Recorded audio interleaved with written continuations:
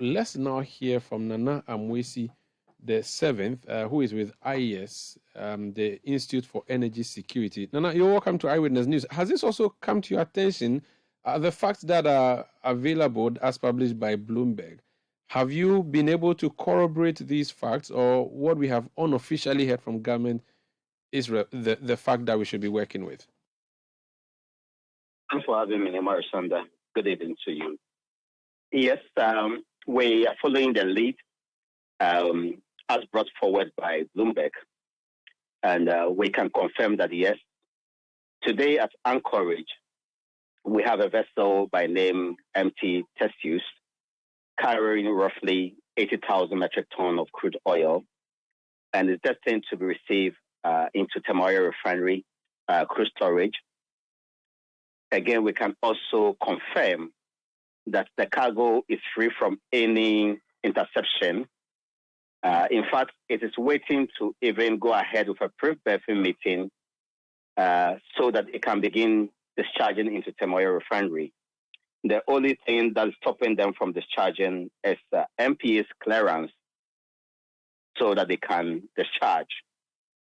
This is what we have established. What the next indication we are taking from the corridors of government is that the cargo is originating from Kazakhstan and not from Russia.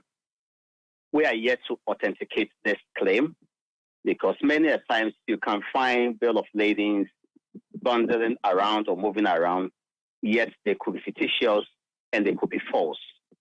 You could also have a bill of lading that is showing that this is where the cargo was loaded, but the origination could come from somewhere because the port of loading could be the warehouse of the cargo, but not the origin.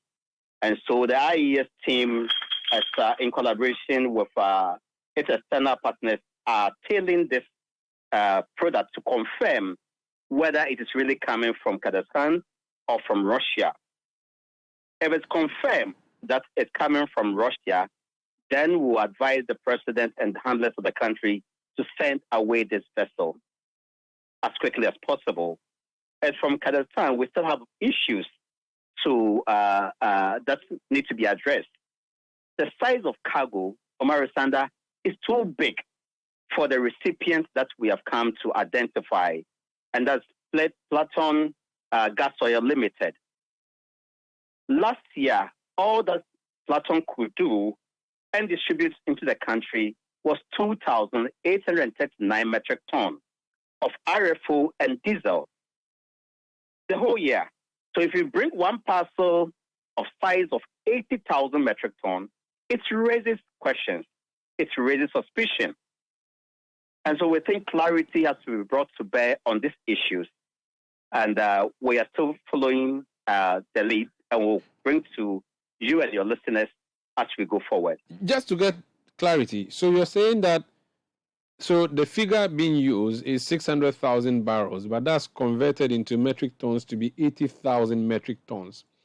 Sure. You are saying that this company that supposedly imported the crude oil processed only 2,000 the whole of last year.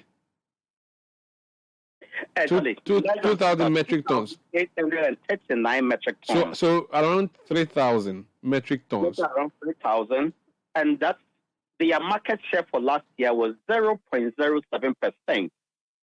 Of the 4.22 million metric tons that we consumed as a country last year, 0.07%.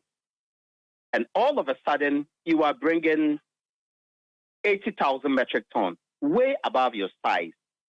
So we are asking, are they fronting for somebody? Are they fronting for an institution? Or are they expanding their business, which is normal and in order? When you want to expand your business, you expand it within your own assets. If you want to use a state asset to expand it, then the state has a duty to convey to citizens and bring clarity to the issues. Because yes, like you are suspecting, Umaru Sanda, they will push this product into toll. They will not refine this products. They don't have capacity. Then they will ask Toll to begin to process on tolling arrangements. If it's an extension of government good for oil program, Ghanaians must be told so that we can also follow and ascertain whether there's value for money, whether there won't be any reputational damage to the country, whether it won't end up to be part of the losses that we are seeing under the energy sector. Nana, if you're a company that is into refining oil or crude, I'm not sure you have to buy the exact quantity that you need. It may make sense that you buy a lot and put it away so you can be refining it bit by bit. Could that be what that's a plan that this company has decided to adopt? Let's buy it cheap because we got it cheap maybe at this time, and I do not know how much they bought it for, but maybe they got it from Kazakhstan, if that's to be believed. What the MPA has said to us off record is to be believed. They got it from Kazakhstan. Maybe someone decided to clear their warehouse and they decide to bring everything and put it here and be using it bit by bit. Would that be senseless to do? Well said, Umaru Sanda. 80,000 metric tons. This refinery can only process, the earliest time they can finish processing this crude is 6 months. Total's crude oil storage capacity is not more than 2 million barrels. So if you're bringing 600,000 metric tons to store at Total and be piping in smaller quantities to your facility, then what we are certain is that they are using Total as a storage. Last December, late December 2022, Deputy Energy Minister Ejapa Mesa stated clearly that by end of February, Total will start to work full operation. Full operation means that having adequate supply of crude oil. Full operation means that having a plant that is in good shape to run and personnel that is in good, who are in good position to run it. So we are expecting that Total should start processing as soon as possible. Why should somebody come and lock a product in Total's tank and hold Total to ransom? There's another thing that you may also begin to avert your mind to. And so, yes, somebody can choose to say, this time around, I'm expanding my business, so I'm buying in large quantity.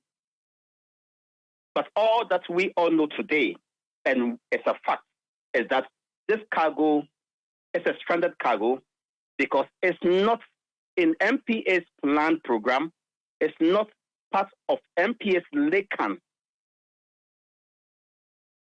Well, that's why the MPA is struggling to give clearance to this cargo if it's even coming from Kazakhstan.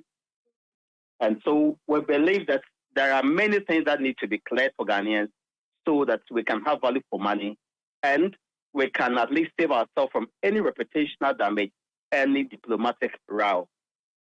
Very well. We'll keep trying to look for answers from the NPA. When we do so, we'll share it with the world. Thank you so much for speaking to us. Super.